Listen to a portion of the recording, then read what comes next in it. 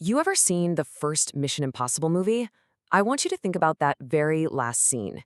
You've got Tom Cruise, Ethan Hunt, he's beaten the bad guys, and he's just sitting in this cafe in Europe. Everything just feels hopeful. Well, that feeling of a mission successfully accomplished, it's got a surprising amount to teach us about how our own projects really work. And the song playing in that scene is Dreams by the Cranberries. It's so upbeat, so optimistic. And you know what? That's kind of the perfect soundtrack for the beginning of any new project, isn't it? That moment when the team first gets together and the possibilities just feel absolutely endless. So yeah, every project kicks off with what we might as well call the honeymoon period. It's that amazing initial phase where everything is just clicking and the road ahead looks totally clear. Now, the thing about this phase is how incredibly productive it feels.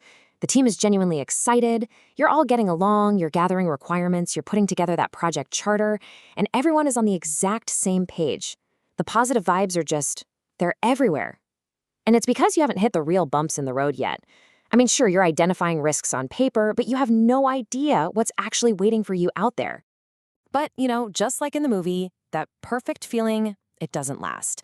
There is always a moment where that ideal, perfect plan just smacks right into messy, complicated reality. And honestly, this is when the mission gets truly interesting. On paper, this is what we think a project looks like, right? A perfect straight line. You form the team, you plan everything out meticulously, you hit every single milestone right on schedule, and you have a flawless go live. It's the project manager's dream.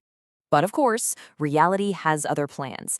And this is that exact moment in the movie where Ethan Hunt's entire team walks right into a trap.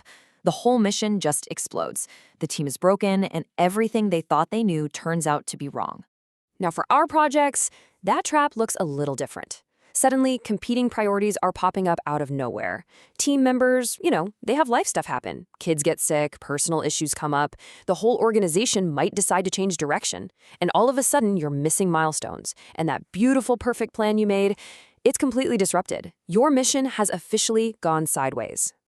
So, when the plan falls apart, what's actually left? It's not your fancy project charter or your perfect Gantt chart. The only thing that truly matters, the one asset that can get you through that chaos, is your people. There's this fantastic quote from Dwight D. Eisenhower that just captures this idea perfectly. That meticulously crafted plan you made, it might never happen exactly the way you wrote it. But the act of planning, that whole process, is invaluable. Because that's what builds a shared understanding, it uncovers all those hidden assumptions, and it forges the team bonds that you are absolutely going to rely on when the chaos inevitably hits. And let's get one thing straight. As a project manager, you don't build the project. Your people do. They're the ones with the knowledge. They're the ones who build the plan. Your job is to facilitate all that, to put it on paper. When things go wrong, it's their collective skill and their relationships that are going to find a way forward. Just like Ethan Hunt had to build a new team that he could actually trust.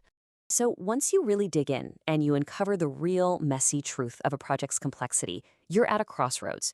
You're faced with these really hard choices. And these are the moments that truly define the outcome.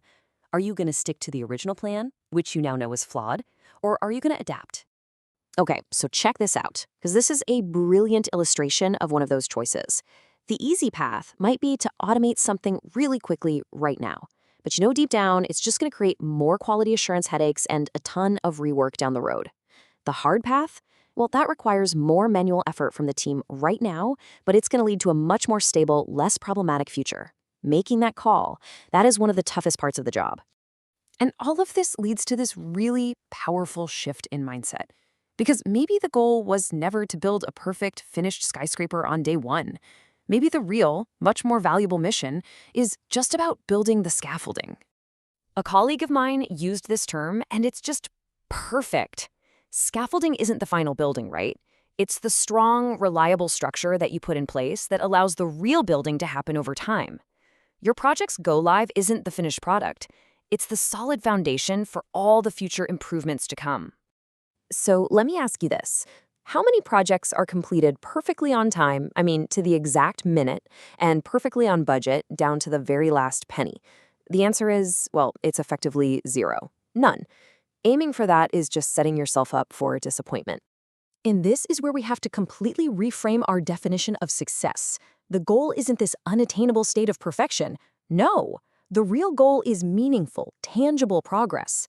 It's about getting better, it's about evolving, and it's about building upon that solid scaffolding you created. And this totally changes how we should think about the end of a project. That Hollywood ending victory lap, it really needs a serious dose of reality. Look, we all want that high five moment, right? Walking away from the go-live while the triumphant music plays.